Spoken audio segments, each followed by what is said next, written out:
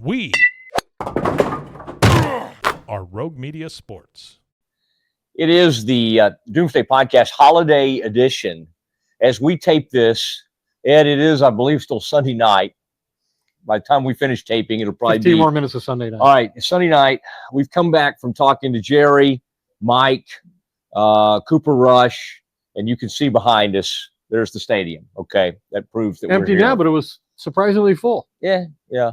I think some of them went on home to be with the family late in the game, but they hung in there for the most part. And thanks again to the Nation family. We love being here. In fact, I came and celebrated for a little while with the Nation family at halftime just to hang out and thank them for what they've done. And we've discovered the liquor cabinet, and it doesn't have a lock on it. Speak for yourself on that. I'm saying we know where it is. It's just no. I didn't say we used it. Okay, I'm just saying we've put our eyes on it. It is the Doomsday Podcast, and Ed, our there's a lot of things we need to talk about, but first of all, just the way we get out here, Ed, and then you realize that, Eagles kind of had that game. Most people thought the Eagles were going to win that game, and then the Commanders found a way to win it with the help of Devontae Smith dropping a pass that would have sealed the game.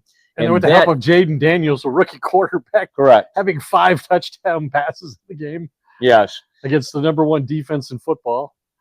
Yeah, and how ironic that it's Dan Quinn's win in Washington, the first head coach in his rookie season to win 10 games in Washington, that eliminates the Cowboys, a team he'd spent 3 previous seasons with, and puts Mike McCarthy on the edge of the unemployment line. I don't know. Maybe it's the edge, maybe it's not. But according to Jerry, he and Mike met in Mike's office before the Cowboys game, and talked about we're eliminated from the playoffs, and yet the Cowboys go out and have an inspired performance, and they were both really upset about it. And even to the point where on the radio, like Steven kind of said, I expect them to come out and play a really good game. Mike was interviewed before the game and said like 3 different times, I'm really disappointed. Yeah. And he would try to say, I think we're going to go out and I think we're going to have a good performance. He said it was like a gut punch in his press conference tonight after the game. Yeah. He said they did not have a conversation. He didn't reference it with the players as a group, but he recognized that players were having conversations in smaller groups, and he assumed that everyone was well aware.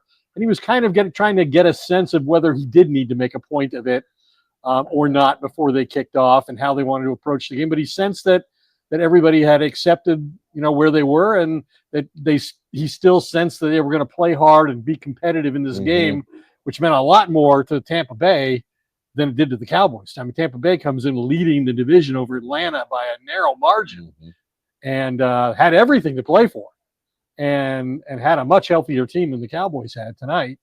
And yet the Cowboys finally look like a playoff team when there's no playoffs to be had.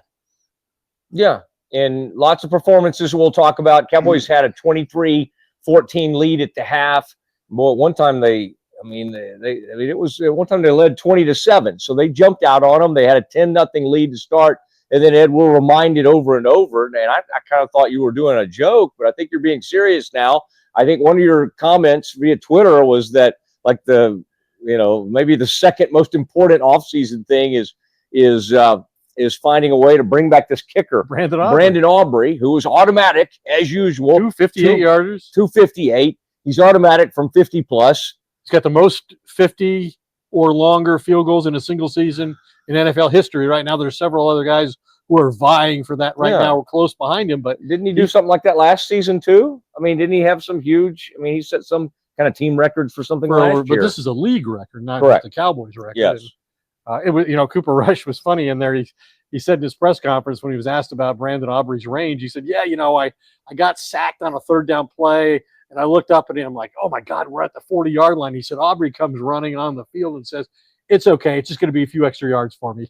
That's the kind of confidence he's kicking with. And from 58, he literally just kind of eases into it. Yeah. It's like, I was trying to think, like, what does that look like? Most guys, you're like, take a big whack at it, right? And it was power, really easy power. It was like a Fred Couples type swing is what it is. A lot of distance with little effort. I wish I could That's I like get my golf no swing. distance with a lot of effort is kind of what I do, which is why I've moved to tennis. We got a lot to talk about. Cowboys get this win, and it could have gone the other way because Tampa had a chance late. Mike Hamilton from Rogue Media Network, please play the music.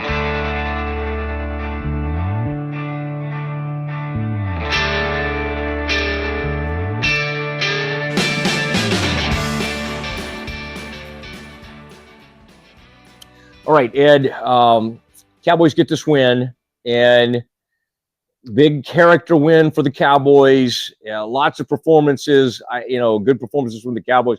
I would say it was another tremendous performance by the defense and two huge plays in the second half. Fourth quarter. In the fourth quarter. And, one by Jordan Lewis, who is playing through injury. And as you noted, has elbow like an elbow brace. And, again, they could say, let's shut some of these players down. They're hurt. The players could just say, I'm too hurt to play now. They got nothing to play for. I'm taking care of myself. Yeah. I'm about to be a free agent, which he is, and I'm going to protect my health. And I think they had a cornerback who is not going to be a free agent, but maybe he stepped aside. But Jordan Lewis back there on the goal line, that's an incredible play. In that one moment, Ed, it was McMillan, who's a great young receiver, rookie receiver from Washington. You remember him. Penix was throwing to him last year in that playoff game against Texas, and then they played for the national title. And to me, it looked like he caught the touchdown pass. And for a second, maybe he did. And Lewis was able to wrestle it away from him, and he comes up with the interception. That was the first huge defensive play. And Lewis was involved in the second one as well because he came on a blitz. He had Baker Mayfield, but he couldn't get him down. Mayfield winds up pitching the ball forward to Rashad White, the running back. And before he can get to the ground, he loses control of the ball, and Deron Bland recovers and clinches a game for the Cowboys. Yeah, that was big because I would say the Cowboys, from a game management standpoint, weren't putting on a clinic in those last couple of drives where they kind of needed to run the ball, but they couldn't run the ball. Possessions in the second there were some empty possessions, and Cooper Rush, who put up great numbers and threw for 290 yards and a touchdown, and made some great throws. Almost threw one away late that would have put the Cowboys in a really bad situation. But the Cowboys, the defense continues to step up time and time again. And again, I thought Baker had a great chance to lead them down the field. And all they had to do, they had plenty of time, and they had to kick a field goal to win the game. And so, and I thought that was interesting. Rashad White, you were just describing it. He held the ball out like a loaf of bread already. He had it away from him, and then he had it tucked away, and Bland rips it out of there. It was a tremendous play. And that's how the Cowboys win. And think of how many plays there were in this game, Ed, that were either reviewed, like, he was down, or actually turned out to be turnovers. And the Cowboys end up with what? The interception, all the forced fumbles. They forced 3 fumbles, which is the most this season, but they only one was recovered by them, but it was the one by Bland that won the game for them. And I think both Jerry and Mike McCarthy after the game were praising the effort of the players. I think it's maybe not surprising that there was, they showed no quit today, because I think the bigger challenge will be these last 2 games against Philadelphia and Washington, both of which obviously probably going to the playoffs. But the bigger challenge will be those games, because the hard work was already done when they found out they had nothing to play for. Like, it was just time to go play a game. And that's what these guys live for, is to play the games. The hard part's being focused during the week and practicing hard and practicing at a level that prepares you to play well against a good opponent. And that'll be the challenge going forward the next couple of weeks.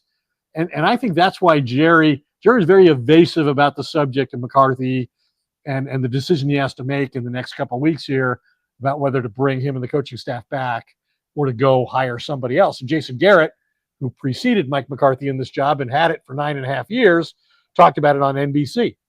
He said that he did not believe Jerry Jones had yet made a determination in his own mind about what he wanted to do, and that these next 3 games were going to help him come to a resolution, and that Mike couldn't afford to lose all 3 of the games. That would be a hard sell to the fan base if they're 6-11. Yeah. Well, they're not going to be 6-11. They might be 9-8. What we do know is that this Cowboys team will not lose more than 10 games, and that's the most McCarthy's ever lost in any of his 18 seasons as a head coach in Green Bay and Dallas. If he lost this game tonight, he was at risk of losing 11 games, which would have been a personal record for him and come at the exact wrong time as he's going on an expiring contract. But Jerry was very willing to praise the coaches and praise the players. Even when I asked him I said, what do you blame this season on? Not making the playoffs. What do you think the biggest failure was? Is it all due to injuries? And he said, well, I would start with me. So he was trying to be magnanimous about the fact that, hey, some of the decisions I made contributed to this, and that's true. But he would, even after we walked off from the main group, he would not stop and talk about the decision and the mechanics of how he's going to go about making that final determination about the coaching situation. There seems to be a thought among media, and this may be even something Jerry's mulling over. You know, Belichick's now with University of North Carolina. All these young assistants that they went against one tonight, Liam Cohen from the Bucks, who coach on Sean McVay's staff with the Rams. And that's what everybody wants. Everybody who's making a change is looking for that next McVay, next Kyle Shanahan. It doesn't seem like Jerry. It doesn't really seem like what Jerry's going to do. And so the thought process becomes, who's better than McCarthy? And I think there's part of the fan base that would go, just anybody. Yeah. Just give us any change, any form of change. You know, Vrabel, whoever you want to throw out there, even somebody that's some kind of discarded or, rehash type coach. Somebody different than McCarthy down there. But right now, to me, what Jerry said after the game, and everybody sometimes like, why do y'all all crowd around Jerry? Well, we sort of they just hate him so much they don't want to hear from him. I know. But Jerry's reaction to this game was that he loved the emotion the team showed, and he thinks the reason they had so much passion and emotion poured into a game that really they didn't have anything to play for, that is a direct reflection of this head coach. So, he even said, the thing that really got my attention is when he said, these guys played with the intensity and passion of a team in an NFC championship game trying to get to a Super Bowl, not of a team that just said that, recovered, is trying to recover from the devastating news that you're not making the playoffs for the first time in 4 years. Yeah. Never mind, that was 1995. The last time they went to an NFC championship. Yeah, they went to an NFC championship game. But still remembers it. I guess. But this was it's funny, Ed. I think there's so many horrible teams right now that I don't know that it's that huge of a deal. I think for a while we were kind of joking. They're hurting themselves with their draft position. Well, the truth is, there's so many like 2 and 3 and 4 win teams. They're kind of, they've kind of played themselves out of that group, right? Yeah. There's several. There's like Giants 7 are a teams. 2-win team. Yes. And then there's a bunch of 3-win teams. The Raiders, somebody won today that Jaguars. shouldn't have won. Was it Jacksonville or the Raiders won today. The Raiders, they beat Jacksonville. They beat the Jags. Jags found a way to win when they really needed to. Now, Ed, I find this. I mean, it is interesting because Rush, and I know there's things that maybe you're not. I don't know.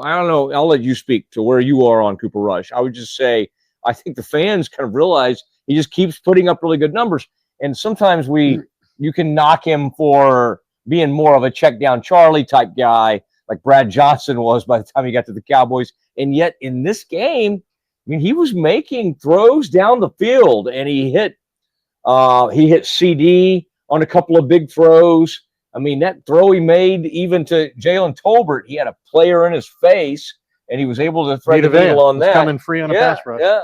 But I mean, just look at his numbers, and he had a huge first half, obviously, 226 yards for a 23-14 halftime lead.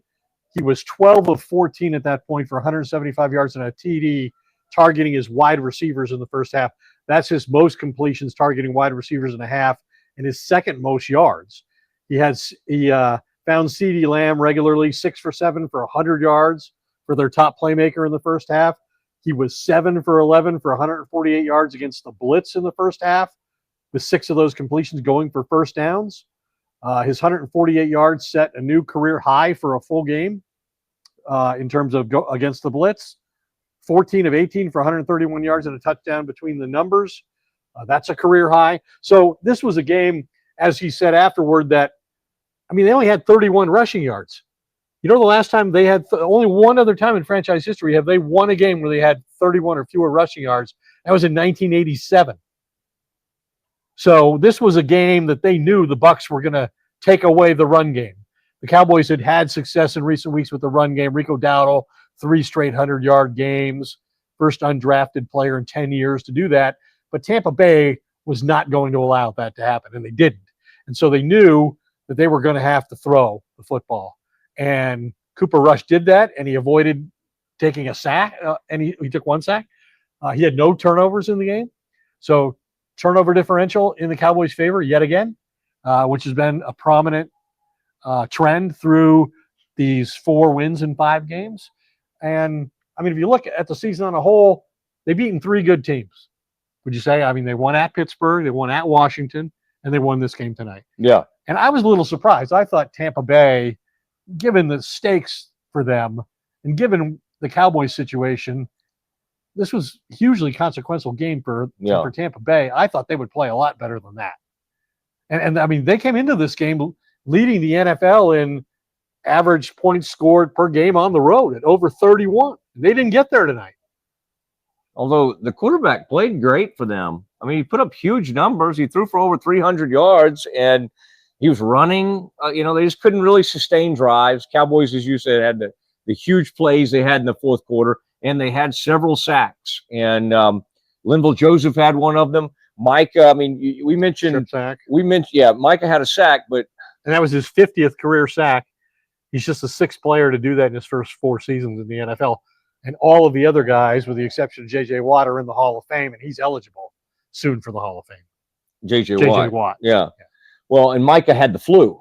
So, I mean, there were several guys playing through things, and I would say it was kind of interesting that they made the announcement in the press box that CeeDee Lamb had left the game with a shoulder and was questionable to return, and literally like 2 plays later, he's down there fighting to get in the end zone, and they get him down at the 1-yard line. Yeah, and he's like right back in the game.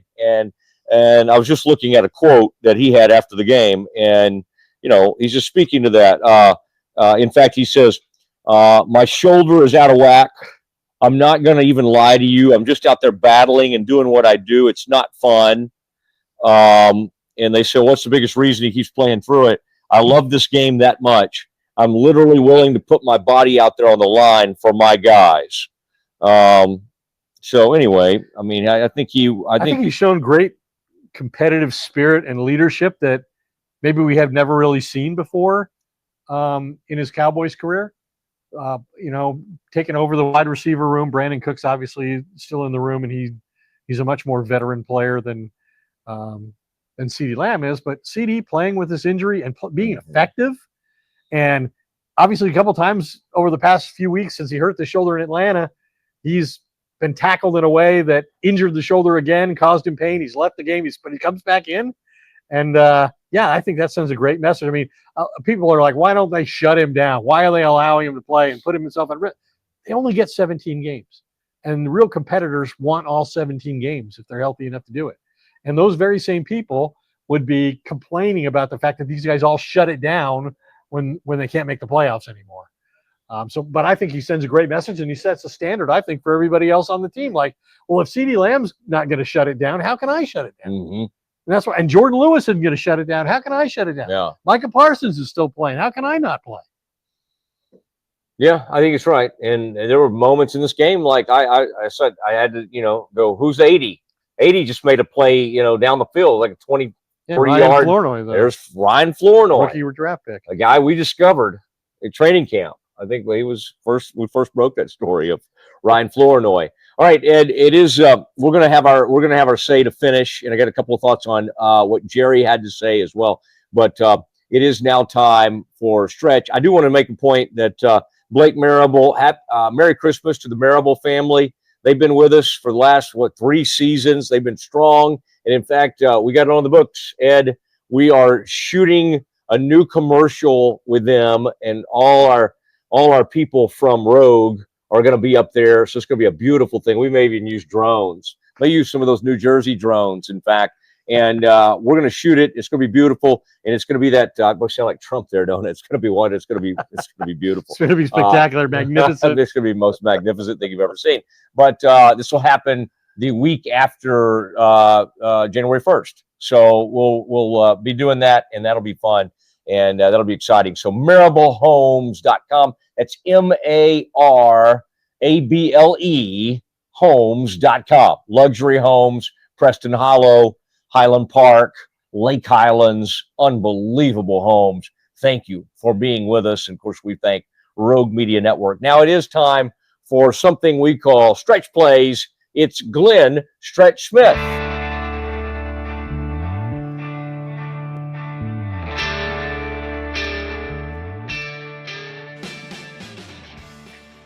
All right, it is time for Stretch Plays with Glenn Stretch Smith, and Stretch is straight off WFAA TV, where he's done all kinds of work this evening. And Stretch, Cowboys win 26-24, 2 enormous plays in the fourth quarter. Bland, causes the fumble there to win the game, and then of course Jordan Lewis with the big interception. Just the overall, the sacks, the fumbles. What did you think about let's start with just that secondary, the play of the secondary, and just the importance on this evening when you got obviously no Diggs. You have continued to, you're down to Rory A's having to be out there. You're down to really to Bland and Jordan Lewis. What did you make of that performance? Yeah, just a really, really good, physical, hard-nosed performance by a secondary.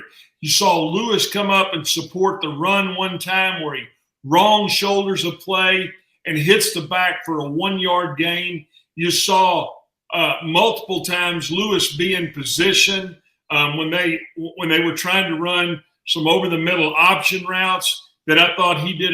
He is really a good nickel player. Now, he made the great interception. That is like, I will promise you there'll be coaches that'll be making a tape of that interception where he fights through the receiver's hands with his hand and then rakes the ball out and makes the play.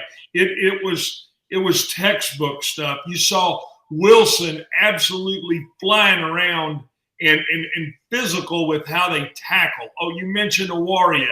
I thought after he made that blunder in the special teams, I'm thinking this kid's going to go into a real funk. Instead, he's come out and kind of put that chip on his shoulder. I thought they played really well. Now, there was a bust down there on that last touchdown where they ran switch goes, but that happens in football. So I really think what you saw tonight was a Mike Zimmer secondary that played very physical, very fast, and just with complete reckless abandon for what's going on. You hear it all the time in football. You're either the hammer, or you're the nail. And you know what? They were the hammer tonight. They were bringing the wood to those guys. Okay, and stay on defense for a minute. Vigil, you didn't know what you were going to get out of that guy. You had Leofau with the green dot. Kendricks can't go, and so you have a rookie that's having to, send the plays in through him. He's having to call things out and get everybody aligned, and then you got Vigil in there. A guy ends up with like 10 tackles. So again, while they gave up some big yardage, Baker Mayfield actually played well. But given who they had out there, Stretch, that crew, coupled with with Micah playing through the flu or whatever he had, pretty strong performance from that group. No question. I couldn't have said that any different. I mean, Leofau went out there and laid it on the line. You talked about Vital and the job that he did. I mean, he's played some on special teams, but he hadn't been playing, as a linebacker that you expected to get 45 snaps a game out of. You saw Golston get off the edge, make some plays. You saw Linval Joseph. I mean, overall, this defense played their butt off against a good Tampa Bay offense. I mean, you can say what you want to about Tampa. You can say what you want to about the NFC South. At the end of the day, they were playing to be in first place and stay in first place. Instead, they come in here and they get beat by a Dallas team that was, like you said, I mean, Kendricks was out. I just think this experience that these young guys are getting, and I know you'll want to talk about offense in a minute, and we'll talk about that. But when you have Leofau and Awarie on this side of the ball, you get Nealand getting a lot of experience. And to me, that helps you going into the draft. You hear guys say, well, let's tank. Bull crap. Go put those guys in the fire and let them play in a game that was a meaningful football game for the Tampa Bay Buccaneers and come out of it winning. And now all of a sudden, that confidence starts to breed confidence amongst your defense. And I know that's exactly what Mike Zimmer's been looking for. Yeah, and, now Mike McCarthy, I mean, who knows? If they finish 9-8 or even 8-9, there's going to be, Jerry tonight, I mean, was he was very excited about this win and felt like, given what they found out before the game, which is they had been eliminated from the playoffs, to come out there and play with that kind of emotion and have those kind of performances against a team that really had a lot to play for in Tampa Bay, trying to win a division, and they didn't get it done. And the Cowboys did get it done, a team that's played so poorly at home this season. So that was big for them. Now, on the other side, Stretch, what CD, again, got hurt. He continues to be banged up with his shoulder, left the game. They said questionable. He's right back in the game, making plays. Just from the overall, they didn't have any running game tonight. 21 carries for like 31 yards, 20 carries for 31 yards. There was no run game to speak of. So what did you make of Cooper Rush? And then, of course, CD playing through some pain and getting it done. First of all, let's talk about what Tampa is. They are a really good run-stuffing defense, and they got a nose guard, and Vita Vea, hell, I can't pronounce his name, but I know one thing, you ain't moving him off the football. And so what I like is McCarthy did try to continue to run the football some at times, but he was also not afraid to say, hey, we'll run some 7- and 8-man protections. We'll get into some deep overs. You saw Cooper Rush throw some deep overs. You talked about CeeDee Lamb. I want to talk about Flournoy. I want to talk about another guy who steps in that, guess what? Playing in games like this, you can't put guys in the preseason and grade them like you can in these meaningful football games. So Brock Hoffman, Flournoy, all of those guys that are young guys that get opportunity to play in these games is big time. And I thought Cooper Rush did a great job of reading and recognizing defensively what Tampa was doing. They brought the blitz multiple times. He hit the slant down in the red zone that put the ball at the 1-yard line. I mean, there are some things that, to me, make Cooper Rush a really valuable player as a backup guy, because he reads and recognizes really well. Does he push the ball down the field well? No, he's not a very good deep ball thrower. But you saw tonight how comfortable he's getting with those guys running those deep overs. And I thought overall, offensively, Dallas did and took advantage of what Tampa Bay gave them, which was a soft secondary that Dallas was able to take advantage of. And guess what? To me, when you've got a backup quarterback and you can take, I think he threw for 26 yards in the first half, something like that. When you can take advantage of what a defense is doing, that speaks volumes about what you're doing offensively. So I'm going to say, I mean, it's been a long time since I've sat and just said, you know what, I'm going to I'm going to give this team A's across the board for everything that they did, because they had every opportunity to go out there tonight and just roll it out there. Just say, hey, we're just going to go out and see what happens. And you didn't see them do that. And I'm saying on either side of the football and on special teams, they were getting after their ass. And to me, that speaks volumes about the coaching staff. It speaks volumes about how they play and how they believe in one another and what's going on with this organization right now. All right, well said. Boy, good work tonight. I appreciate you. And I want you to have a Merry Christmas out there in Parker County. I hope Santa comes out that direction. He's known to kind of hang out in Dallas County and not get out that direction. But I don't know. I mean, and by the way, North Crowley was here tonight, Stretch. Now, that's a championship team. All right, that Fort Worth team, that's a big-time team, and they were in the house tonight. Hey, thank you, sir. I appreciate it. Have a good one. Merry Christmas to you, and I hope you and family have a great Christmas. I will end it by saying this. I talked to Galloway tonight on the way home, and I think he's going to call you and see about maybe sending you some money to get your hair cut. Tomorrow at noon, it will get cut. There will be a cut that takes place. Thank you very much, sir. Sorry to bother you, Mosley. There he goes. Glenn Stretch Smith. Stretch plays.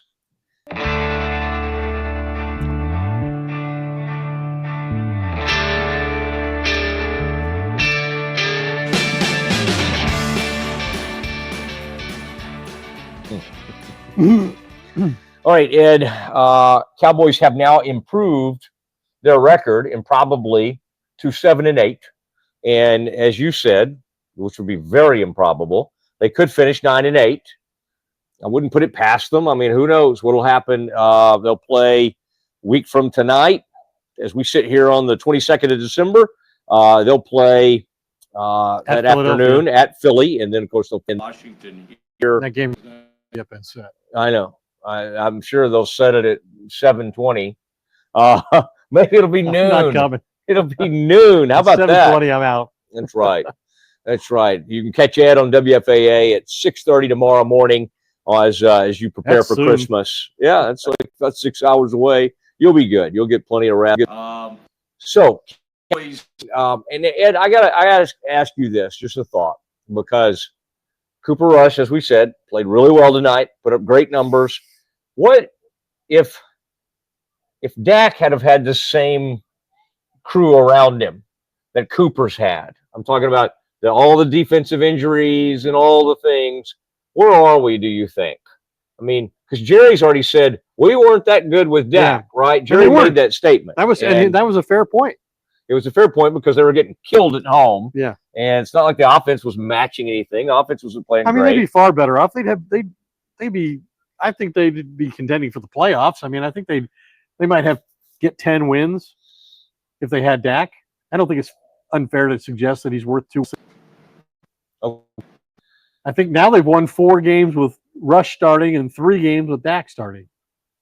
I think Dak is significantly a better quarterback than Cooper Rush. Believe that too. I'm just saying. I think Cooper Rush. I mean, how many? They're on a roll. How many? 4 out of the last 5 games, right?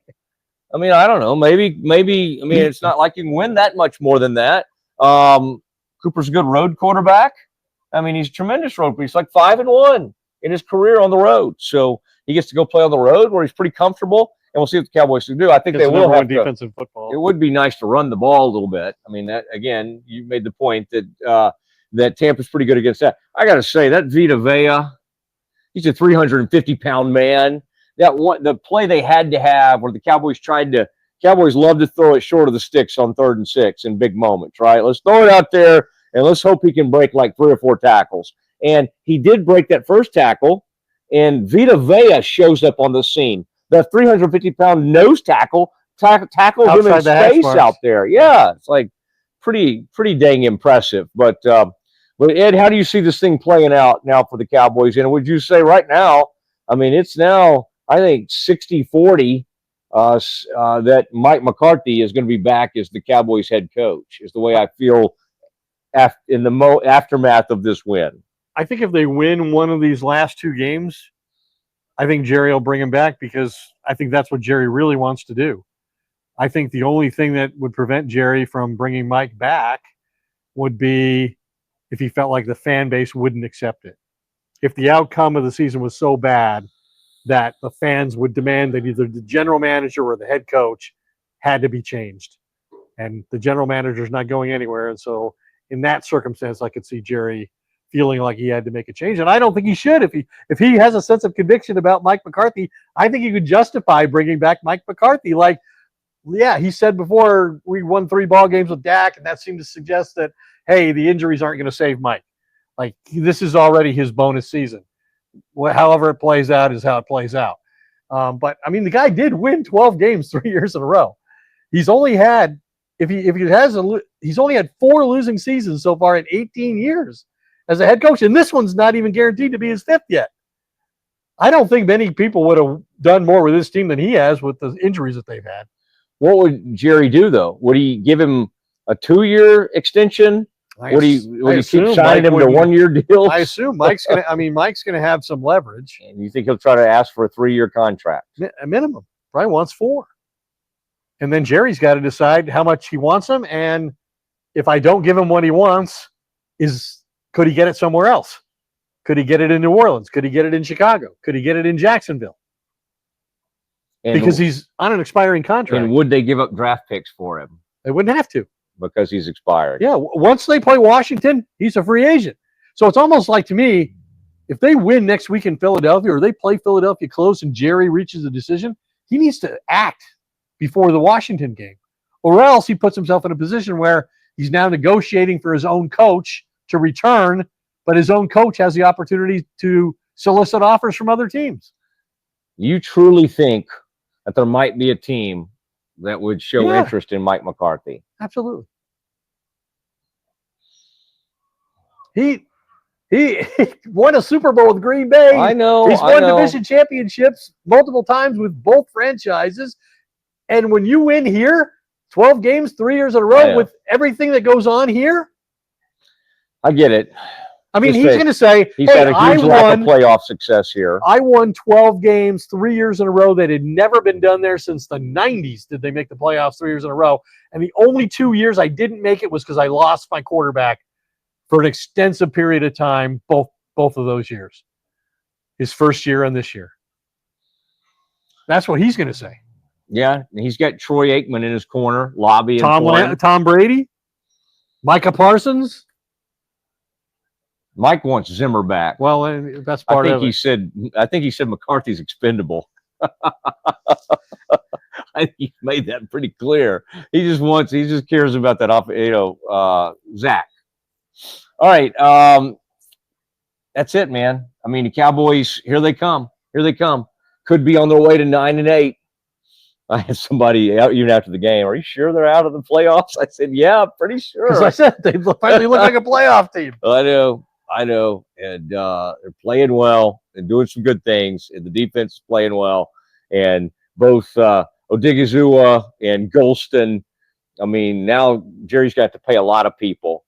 And by the way, we should add this, Ed. That was very interesting this week that Micah Parsons basically said, well, yeah, I mean, I'm not going to try to max this thing out. I don't have to make whatever he said, like I don't have to make $40 million. Yeah. So I just thought, like, what do you think his age? What do you think his age? These small players are losing. He said something like getting double teamed on every play. No. Like that doesn't sound like fun to me. No. So he said what the fan base wants Dak to say and what Dak to do. So he's won the fans over with those comments. Absolutely. But his agent and the union are not going to let him take a below market deal. Jerry's going to see. Right now, Jerry's got $30 million a year on the table. He should have run down and signed him in the locker room before the press conference even ended. He should have said, okay, guys, I'm sorry. I got to steal him for a moment. And without the agent in there. All right, Ed, I just want to wish our loyal listeners, and man, every time I go somewhere, even at these games, man, they talk about, we listen to the podcast. We love the podcast. People are into it. We appreciate you so much and wish you a Merry Christmas, Happy Holidays. the whole shebang. Happy New Year. We'll talk to them before the new year, correct? Okay. Correct. So I can still hold off on that. Ed, would you like to say anything? Would you like to our, retract your Happy New Year? Yeah, I'm not telling y'all Happy New Year.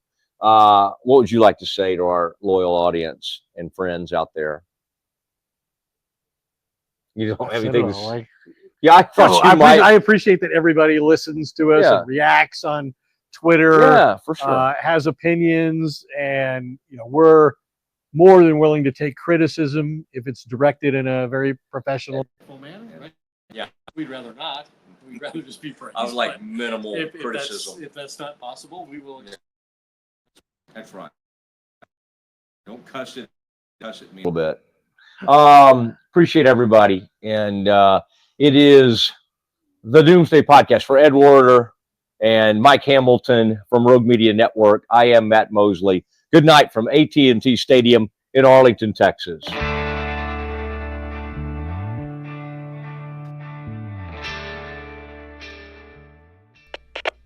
We are Rogue Media Sports.